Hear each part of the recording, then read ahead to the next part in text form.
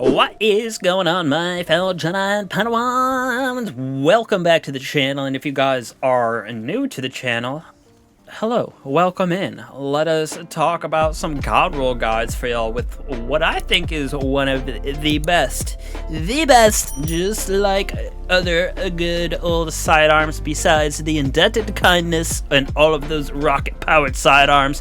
You know, rocket power, wiggity wiggity wiggity, but we got ourselves the Division. This is an arc primary weapon, of course, that is a heavy burst, so it's harder hitting, fires a 2-round burst, and has some banging perks in both the 3rd and 4th column for both PvE as well as PvP. So we're gonna get right into it with the Willing Vessel and Runneth over as its origin traits. Willing Vessel comes on all of these bad boys, but we do got that Runneth over that can come on these shiny versions, if you will call them that, the ones that already come masterworked, kind of have that secondary origin trait. But Willing Vessel, dealing damage or defeating target with this weapon gradually grants increased stability, handling, as well as reload and charge rate. This effect gradually decreases over time, but we do have it being able to basically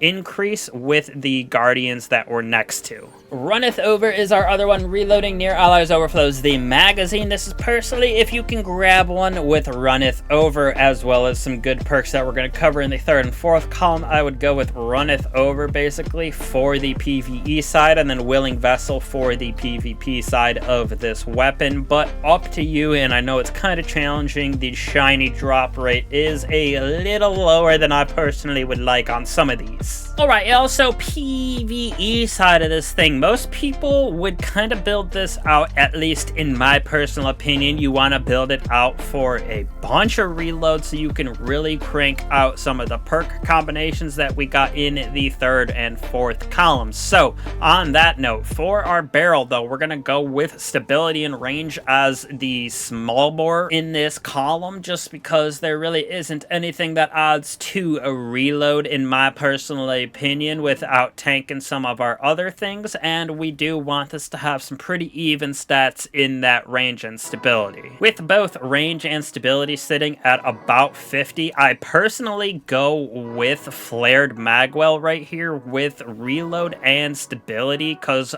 plus 15 in reload is pretty disgusting in my personal opinion. Like I said, I'm trying to reload this thing as much as possible or as fast as possible. You could go with one of the magazines if you wanted, like a pendant mag that gives you some more shots, but I personally think flared magwell is the way to go. 3rd column right here, I think there is one column, or one perk I should say, that stands above the rest with a good second option. So we're gonna go with Eddy Current as your number 1, and then we got ourselves Encore as a sleeper for your second option. Eddy Current though temporarily gives us increased reload speed and handling after sprinting or while we're amplified, and we can become amplified very, very easily in Destiny 2. This effect is improved when you're amplified, so reload is disgustingly fast. It gives us plus 60 in that category when we are amplified, so that with flared magwell we're already up plus 75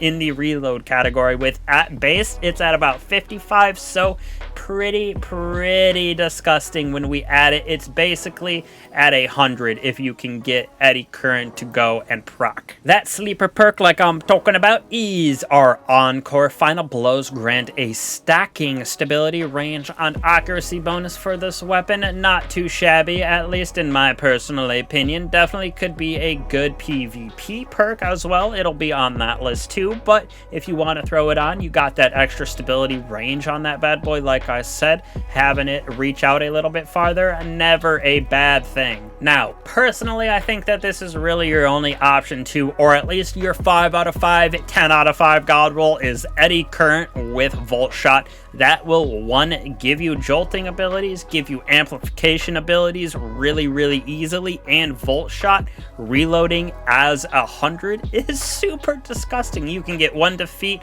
Volt Shot, 1 defeat, Volt Shot, and it is just an ad clear menace. I think your other two options would be Sword Logic and Surrounded. Sword Logic can give you up to a 50% damage increase, and if you're reloading quickly, you can get that to stack up pretty quickly, but Volt Shot is definitely your number one choice. That Surrounded is also very good. We gain damage when 3 or more enemies are close to us, so it is about a good 35-40% increase in damage with this, so not as high as overall for Sword Logic, but it's going to go right to that 40% if you're surrounded by those 3 or more targets. Overall, though, like I said, Volt Shot definitely your number one choice with Eddy Current. If you can get that roll, it is disgusting to have, in my personal opinion, one of the best ad clear weapons that we got right now in the game, including the fact that this artifact is based in the like Arc and Void side of the game. Even if you take that away, this will be one of the better options for ad clear, just taking out waves on waves of enemies. If you can get that Volt Shot, I would give it a good 4.6 out of 5 for the PvE realm, maybe even a 4.7. It is really juicy in my personal opinion, so definitely suggest grinding out those Nether, Core to Blade, stuff like that. Your Tuma want focus into sidearms so you can get a juicy sidearm here. Moving on to PvP. I do like this thing in PvP as well. Definitely feels really good for a heavy burst, kind of like the Forgiveness, which is also a heavy burst, and Arc actually, but overall, I would go with a small bore and a stability masterwork. Gives us the best in both that range and stability columns for PvP, in my opinion. Magazine, we're going to go with accurized rounds plus 10 to range. Like I said, we got our range stacked out to 76 with stability at 62 on this, with both of those, and a stability masterwork on this bad boy. So definitely what I would go with, so you can kind of reach out a little bit farther with this bad boy and murk some of those guardians. Third column right here, we're going to go with To the Pain or Encore. To the Pain, well, this weapon is equipped, taking damage increases handling and aim assist until it is stowed. So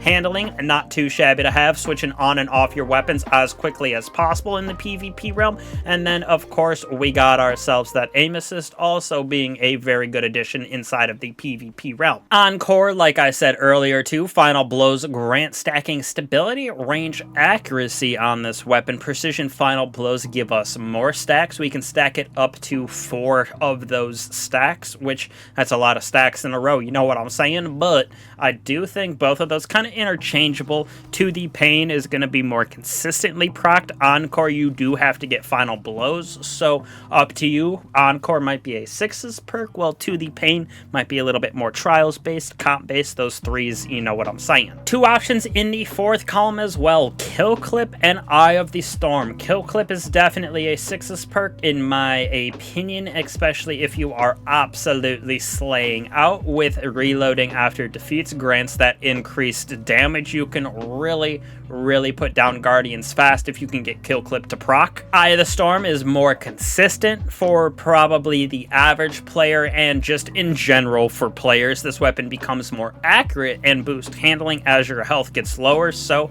taking those 1s with this is probably a little bit better. Like I said, I do think if you go with To the Pain with Eye of the Storm, that is a really good combination for like 3s and trials. Super crispy, especially if you're really good at taking your 1s safely, taking your 1s in like good fashions. Not many people are going to be able to compete with this heavy burst, so overall I do really like it. Would probably give it a 4.1, maybe a 4.2 out of 5. I was a little unsure there, but it's about, you know, A tier. I wouldn't throw it up any higher than that. Maybe like a B plus in my opinion. There might be some better ones that you can throw on overall, but playing with it, it feels really crispy and would throw it in that A tier, at least for me. So totally up to you guys though and your playstyle. PvE, this thing is disgusting. PvP also has some pretty good perks, so get to farming inside of the Nether and that Core to Blades. With your Tuma want, you can focus it